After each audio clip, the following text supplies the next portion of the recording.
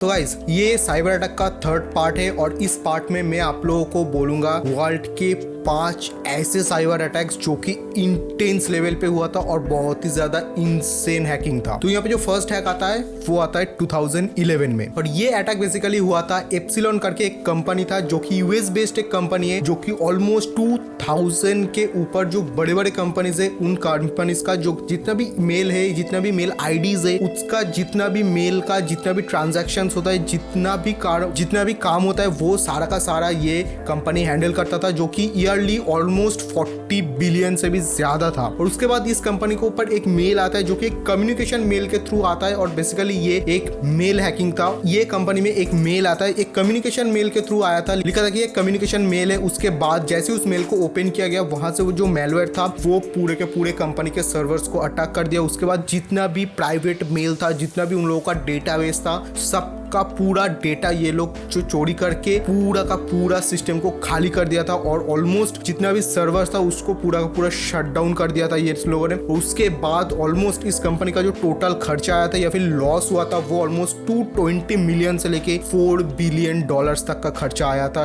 Total, जो कि नुकसान था और ये उस टाइम के सबसे बड़े हैकिंग में गिना जाता है। नेक्स्ट अटैक हुआ था 2012 में सऊदी में एक कंपनी जिसका नाम है सऊदी अरामको। मैं आप लोगों को बता देता हूँ ये जो कंपनी ये पूरे वर्ल्ड के 10% जो ऑयल है उसको प्रोडक्शन करता है। उसके बाद इस कंपनी में इतना ज्यादा डेटा था जो कि एक कंपनी था वो पूरे ग्लोबल लेवल पे जितने भी ऑयल प्रोडक्शन है उसको ऑलमोस्ट कंट्रोल करता था ये कंपनी। लेकिन उसके बाद एक ट्रेजेडी हुआ इन लोगों के साथ। 2012 में इस कंपनी के ऊपर एक सामुन कंप्यूटर वायरस नाम का एक वायरस था जिसके विक्टिम ये कंपनी बन गया। जितना भी डेटा था, जितना भी प्राइवेट डेटा था, ऑलमोस्ट 30,000 के ऊपर जो कंप्यूटर्स था इस कंपनी का, वो पूरे हैकर्स के पास उन लोगों का जो एक्सेस था वो चला गया था। ये बेसिकली एक फिशिंग हैकिंग था और इसके वजह से ये पूरे डेटाबेस को इन लोगों ने चोरी कर लिया था। जो हैकर्स था जितना सारा डेटा था वो पूरा का पूरा डिलीट कर दिया था या फिर जितना भी हार्ड ड्राइव था सबको यहाँ पे फॉर्मेट कर दिया था। उसके बाद कंपनी के जो इंजीनियर्स था उन लोगों ने ईस्टर्न साइड जाके बहुत सारे जो हार्ड ड्राइव है almost 50,000 hard drive new in लोगों ने बाय किया था, जिसके ऊपर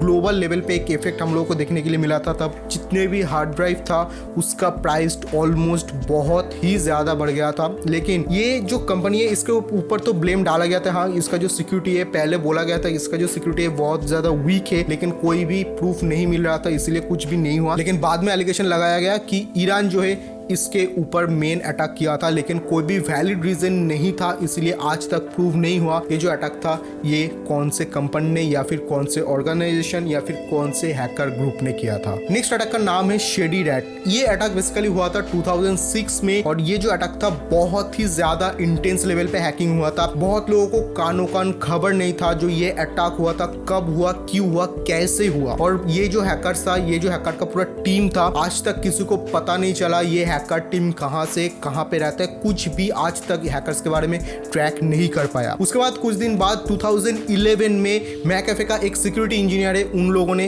इस चीज को डिटेक्ट किया और उसके बाद जाके पता चला ये जो अटैक है ये 2006 से हो रहा था जो कि 2011 में पता चला। मतलब सोच सकते हो इतने दिन से ये जो हैकिंग था ये कंटिन्यूअसली हो रहा था और ये बहुत बड़े बड़े कंपनीज के ऊपर हो रहा था। जैसे मैं एक कंपनी का नाम ले रहा हूँ जो कि यूएस के साइड है, जो कि मेन है, जो कि नेशनल हेल्थ सिक्योरिटी के ऊपर, क्योंकि एनएचएस है इस कंपनी के ऊपर बेसिकली अटैक हुआ था। और इसका अटैक बेसिकली जो जितने भी मेडिकल डेटा था वो सबका सब मेडिकल डेटा ये लोग चुरा रहे थे। और हैकर्स बेसिकली क्या कर रहे थे, कुछ भी पैसे के लिए ये लोग नहीं कर रहे थे। जितने बड़े बड़े गवर्नमेंट बॉडीज है, जितने बड़े बड़े गवर्नमेंट ऑर्गेनाइजेशन है, सबका जो इंटेलेक्चुअल इन लोगों का जो गवर्नमेंट बॉडीज है, जितने भी बड़े बड़े प्लेयर्स है, उन लोगों का जितना इंटेलेक्चुअल प्रॉपर्टीज है ये लोग उन चीज के ऊपर डिपेंडेंट था या फिर उन चीज के ऊपर ये लोग इंटरेस्टेड था बेसिकली। और उसके बाद आज तक पता नहीं चला ये जो अटैक है वो कहां से हो रहा है या फिर जो अटैकिंग ग्रुप है ये कहां का है। बहुत सारे लोग एलिगेशंस लगाते हैं कि हाँ ये अटैक चाइना के साइड से हो रहा है, लेकिन आज तक कोई भी वैलिड प्रूफ हम लोगों को देखने के लिए नहीं मिलता और माना जाता है कि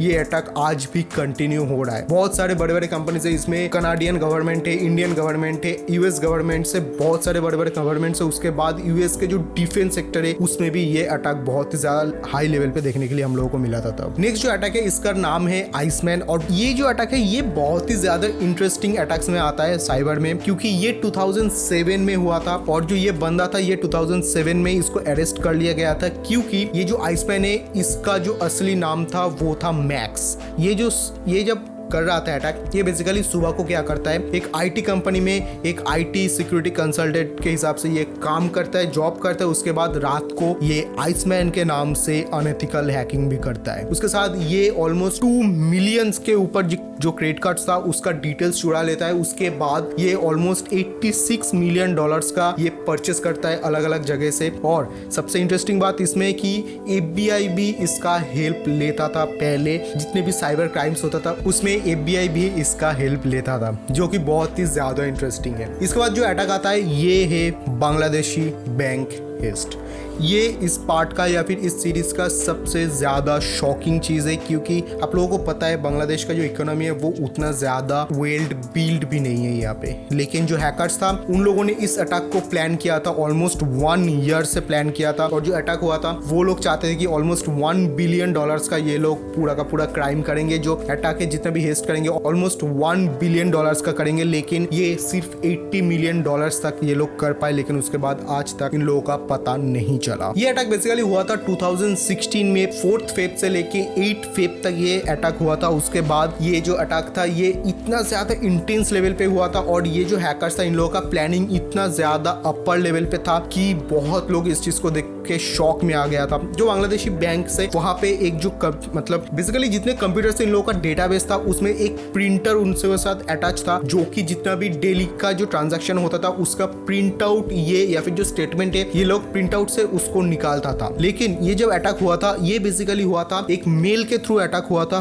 और उस मेल में जो आया था ये बेसिकली एक रिज्यूमे अपलोड के हिसाब से आया था, जो कि था एक मतलब कोई भी है जो कि एक रिज्यूमे अपलोड कर रहा है बैंक के थ्रू, मतलब बैंक में नौकरी के लिए। ये सब कुछ ऐसे कुछ ये लोग अटैक को किए थे। उसके बाद जैसे उस मेल को ओपन किया जाता है वो मैलवेयर पूरे इनके डेटाबेस में समा जाता है। भाई इतना ज्यादा इंटेंस लेवल पे हुआ था, ये लोग इतना ज्यादा प्लानिंग किए थे इस चीज के ऊपर कि ये जब 4 फरवरी था तब उस टाइम पे जो नेशनल हॉलीडे था, बैंक हॉलीडेज था, या फिर आप लोग बोल सकते हो जितने भी मतलब छुट्टियां होता है वो उस टाइम पे स्टार्ट हो रहा था। और ये लोग जो कर रहे थे अटैक को वो इस पैसे को ट्रांसफर कर रहे थे बेसिकली न्यूयॉर्क में। और उसके वहां से भी जितने भी मतलब जो कि बेसिकली 4 फरवरी में ये लोग अटैक को किए थे वो जितना भी पैसा ट्रांसफर हो रहा था जैसे न्यूयॉर्क में ट्रांसफर हो रहा था 8 फरवरी तक, वहां पे भी आप लोगों को देखने के लिए मिल जाएगा। जो वीकेंड है, जो वीकडेज का जो वीकेंड स्टार्ट होता है वो भी वहां पे स्टार्ट हो रहा था। मतलब जितना भी पैसा ट्रांसफर हो रहा है कोई भी बॉडी, कोई भी बैंक बॉडीज कुछ भी नहीं कर सकता है। इसी टाइप से इस अटैक को प्लान किया गया था, जो कि ऑलमोस्ट $80 मिलियन का यहाँ पे चोरी इन लोगों ने किया था। लेकिन उसके बाद इस पैसे को इन लोगों ने फिर से ट्रांसफर किया जो कि फिलीपींस पे था और वहां पे भी सेम